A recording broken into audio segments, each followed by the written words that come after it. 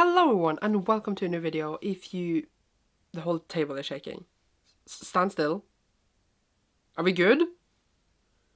Hello everyone and welcome to a new video. I don't know why I threw my phone away. I need that for my notes. Today we are reviewing a book. If you read the title for this video, we are talking about the Sunbearer Trials by Aiden Thomas. Oh! So this one was a bound manuscript arc that I got from my friend Justine, and I feel really cool. Okay, I feel really cool. It's my first bound manuscript arc ever, together with the other one I got in the same box, but it's the first one I read at least. And I feel amazing and I feel cool. So this is released on the 6th of September. So just in a few days as you're watching this. In 3 days. If I'm getting up on the day, I think, in my head. And this is a YA fantasy book starting off in a duology, seems like, according to Goodreads. So yay, it better be, at least a sequel, because the ending was intense. Okay, so what is the Sunbearer Trials about? Because I didn't know. I just knew it was one of my most anticipated releases for the year, and I knew it was Aiden Thomas, but I didn't know the plot, as per usual. In this, we follow Theo, who is a trans boy, and he is also a jade, which is certain, I was going to say, class in the society.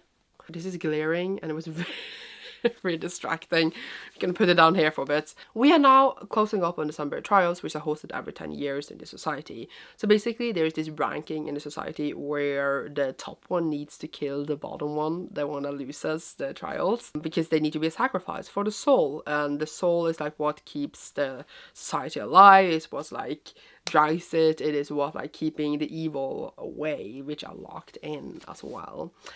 And then we have, of course, our main character Theo, who is chosen out for the trials, but he is a jade, as I said. He is in a lower class, while the other ones are usually gold participants.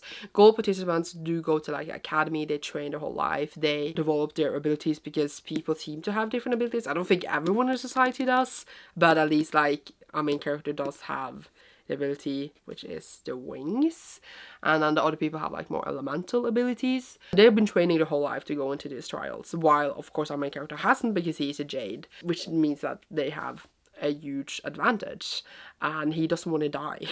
Which is pretty valid. The people chosen out for the trials, there's 10 participants, 5 trials, and then the people can be chosen between 13 and 18.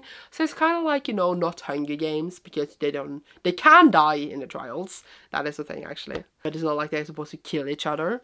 It's just different things, testing their like abilities to, endure and think, etc. And the winner, the one who will end up on the first rank, will also become, what's it called? It had like a name. Did I write down name? They would join like the council of like the other winners, and they're all different ages, and they will like join the like holiness of the soul or whatever. So they do get a lot of prestige for winning as well. So people do really want to win. Also, they don't want to die. So there's that. And then their trial starts, and then you have to read the book to find out what happens, obviously. But that is like the premise that I try to explain kind of badly, I'm sorry. And I did really enjoy it. I had a really good time with it. It was a very entertaining book. I really liked Tia as a main character, trying to, survive in this world. We brought up a lot of different things as well, like race and classism, obviously, and, privilege for, like, the different things in society. We had our main character and his best friend Aurelio. They were best friends for years and years, and then Aurelio had to start the academy and suddenly stopped talking to Theo.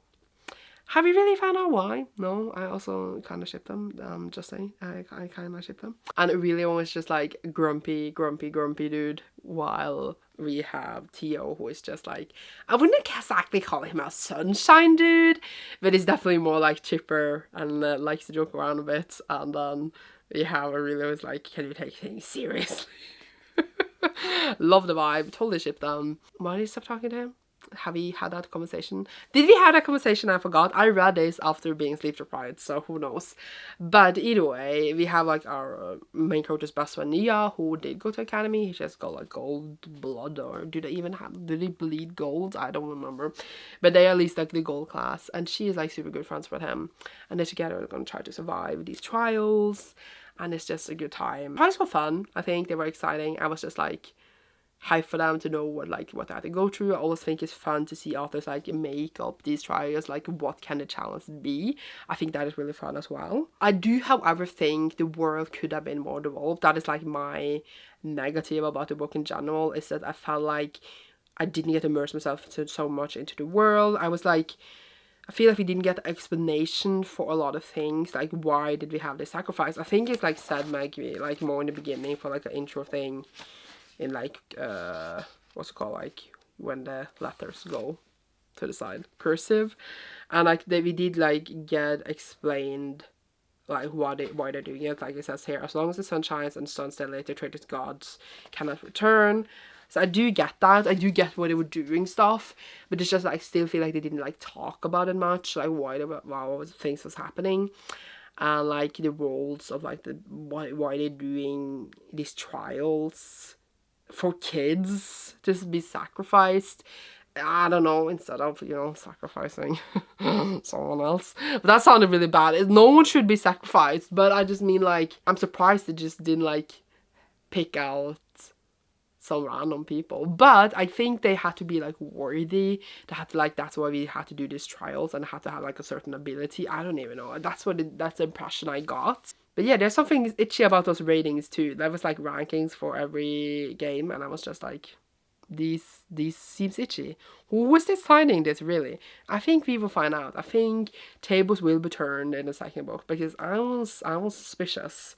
But yeah, I still think the world wasn't as the world I would like it to. We have like magic system, and it is explained, but I don't think we got to see enough magic either. I don't think we got to develop that part of the story either. So it was lacking a bit there for me, world and the magic system. But I also think like, that sounds mean, but it's a bit normal nowadays in YAs where like they don't go as depth in that, or like it never has been, because I'm like used to like reading like really high epic fantasy where like you go really into details, and I feel like they've never done that in YA fantasy. But that's what is lacking for me in the genre in general. While like I still can enjoy it and have fun with it, I just felt like it was lacking. And it was so cool as well, like the ideas and aspects were cool, but since we were just like, you know, in this restraint, we didn't get to like explore it fully, and that made me a bit sad. But that is just like my fantasy, I was gonna say snobness speaking, I don't even know. But yeah, the story itself was good though, and like the characters was really nice to follow. We have Theo, as I said, was trans, and he has always hidden his wings because the wings are very feminine, and that did give him body dysphoria. Just a certain scene, I'm not going to spoil it, but you can guess what happens, especially since he has the wings on the cover.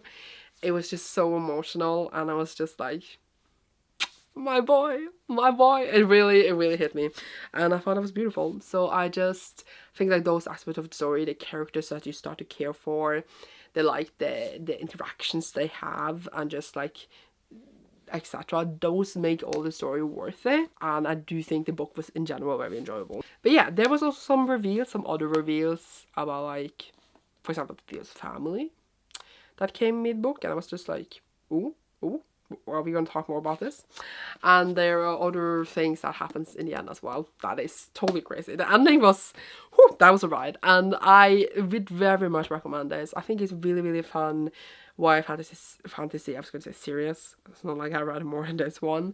And I think it was a really good one. I really did enjoy it. I think it was very exciting and fun. And I really did want to keep reading it when I was reading it. So I would definitely recommend it. And I'm really glad I had an arc, and I'm really glad I read it. I need a physical copy, not a physical, that's the wrong word. I finished copy, so that like I can see the cover in all its glory. Not that I can't see it now, but you know, that's great as it would be in hardcover. But that would have to be later, because books are expensive now, and it is scaring me. Just saying. That was it.